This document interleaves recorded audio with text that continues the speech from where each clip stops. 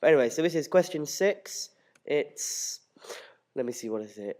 What have you learnt about technologies from the process of constructing your product? So I'm doing this all via a, I don't know how you'd put it, vlog, if you want to say. So yeah, anyway, so throughout the whole process, me and Travis have been using lots of different technologies to put our film together and make it look good. The first, which for the whole media course is most important, was Blogger. Now, with Blogger, what we did with that is put everything on it: our coursework, our homeworks that we've had, final film, editing, anything we've had has been put up on Blogger. So it's all in chronological order. So in the dates that we put it up, that's how it goes. Um, Started off not even knowing what it is, creating a new Google account via school, and using that using that to create Blogger, and just generally using it, to be honest. It's helped us a lot because you've always had somewhere to have your work. If it's in a book, you can forget your book. But you can't really forget the internet. So it's always been there, and it's also a good way to share work between two people. Um, I've used Blogger a tiny bit before, but not anywhere near as this. So no, it was good to learn how to use it, and no, it's a really good help. So next is Facebook. So with Facebook, it's not like particularly vital to our actual film, but I've used Facebook a lot to talk to Travis and to all our other actors like Alex, Ewan. Well, Ewan's my brother, but just talk to all the other actors, which makes it a lot easier. So I don't have to try and get hold of them. I can just send them a message and they'll be there. I've also used it to share clips. I've used it to put our final piece up so everyone can see it. I've just used it for a lot of different things, really, and it's become really, well, useful, as well as obviously other things that you use it for. I used a group chat for media, so it had me, Travis, you and Alex, Emily, Carl, just all of our actors, and anyone else that we could, so props, anything was in there, so I could just talk to all of them. Next is down to the editing side, it's LiveType. Now, LiveType is what we actually use to create our title of Scratch.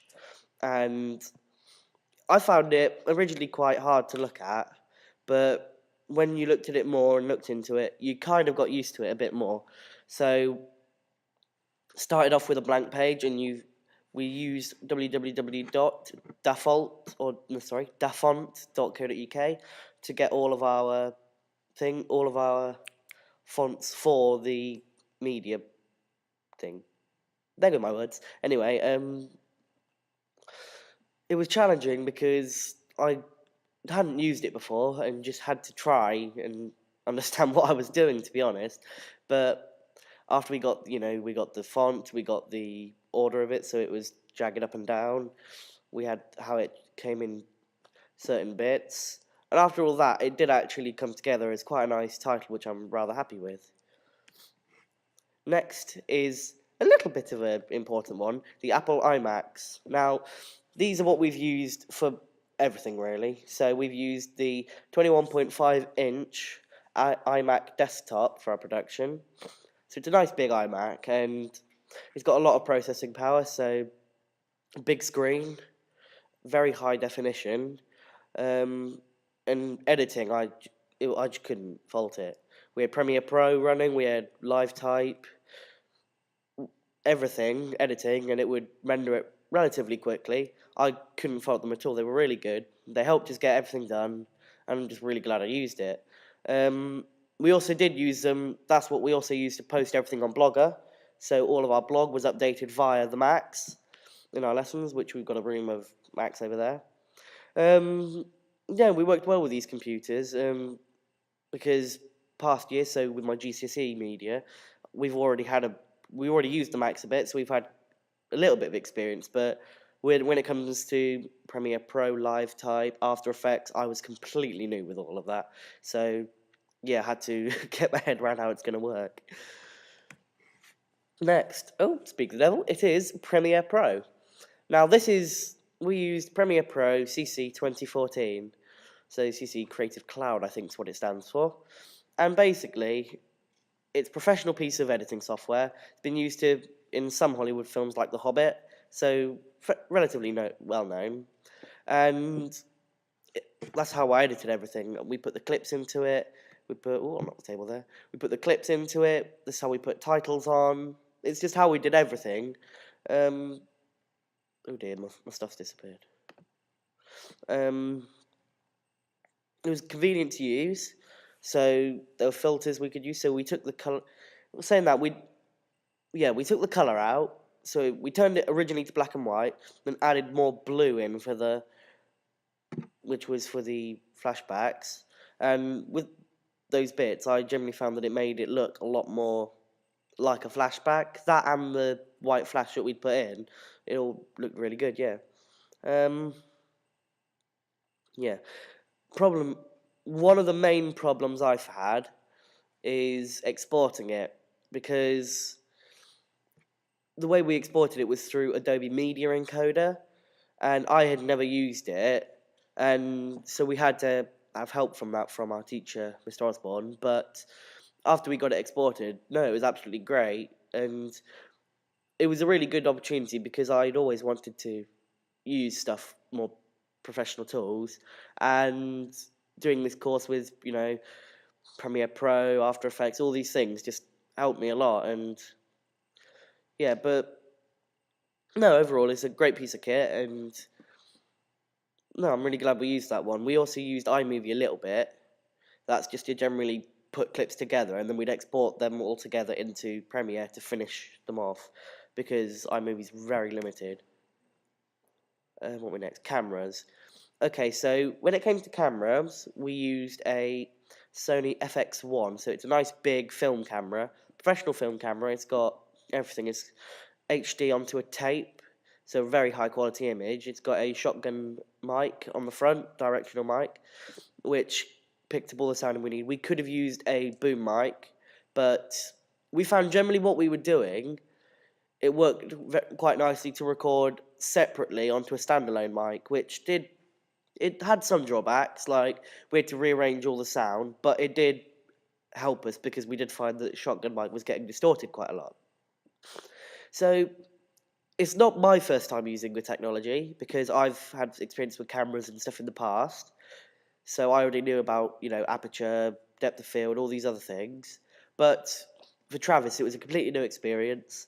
Nice big camera, nice and expensive, so definitely going to hopefully not break it. No, but the main skill we developed was just everything in general. So we had to get the camera, the lighting, all of these things together to shoot properly, because we found it's a lot better to shoot in a nice bright light than to be in a dark light and have to try and fix that in editing. You can always take light out, but you can't really add light back in very well. And would I use it again? I would definitely use it again. The FX1 is a great little camera. Only drawback we had was the iMacs that we're using, like I'm recording this on, don't actually have a FireWire connection, meaning I couldn't take the footage off of my camera onto the Mac. But luckily our teacher again, Mr. Osborne, had a MacBook Pro, which did actually have a FireWire connection, so we were able to export it onto that, put it onto a hard drive, and edit from that, which was absolutely fine. What's next? YouTube, yes. Now, YouTube was quite a big player, to be honest, because after I finished the final product, we finished it, it got uploaded onto YouTube. It's a website where you can upload, present productions, and people can see it, and it can get shared around, put on Facebook from there. There's a lot of things you can do. As well as that, I did also put it on Vimeo, which is a free website. You can have, I think it's 250 meg a week to post things up, and professional filmmakers can see it, they can comment on it, give you other things. The reason I did that was because I did have a couple of sound issues with YouTube, so the sound levels would keep on differing, but then I put it onto Vimeo and it was absolutely fine. So I don't know whether that was the export or it was just YouTube, but No, it's quick to use, so upload it, and I'd definitely use it again because it just made our life a whole lot easier, to be honest. It was an easy place to just click upload, put a title on it, and it uploaded for you.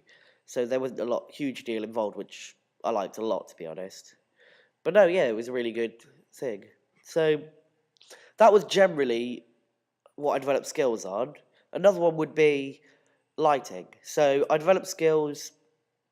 We had we had two tungsten spotlights, sorry, floodlights, and one tungsten spot. That's from our media department. So again, Mr. Osborne, and no, they were really good. But I also brought in from home 7 LED lights, which because I've had a lot of we do lighting for different kind of shows and productions. So with that lighting, we added a little bit more white to it, which I liked it. It gave us a bit more of it's a nicer light to work with instead of just a tungsten light, so it's more yellow. Working with a kind of more white was really nice. We tried working with just the LEDs, but that was too much like daylight. Wasn't right at all. It was too bright, to be honest. But we added the tungsten ones back in, and that gave us a really nice light to work with. It was no, it was a really good. We had tripods for them all. How it's set up in the lab. We had an LED light in each one of the windows, so I think there was 5, and 2 down the front of the room. Whereas the tungsten ones, we positioned around the actors to shine in and give us the main light to use. So that is really everything I'm talking about here. That was question 6.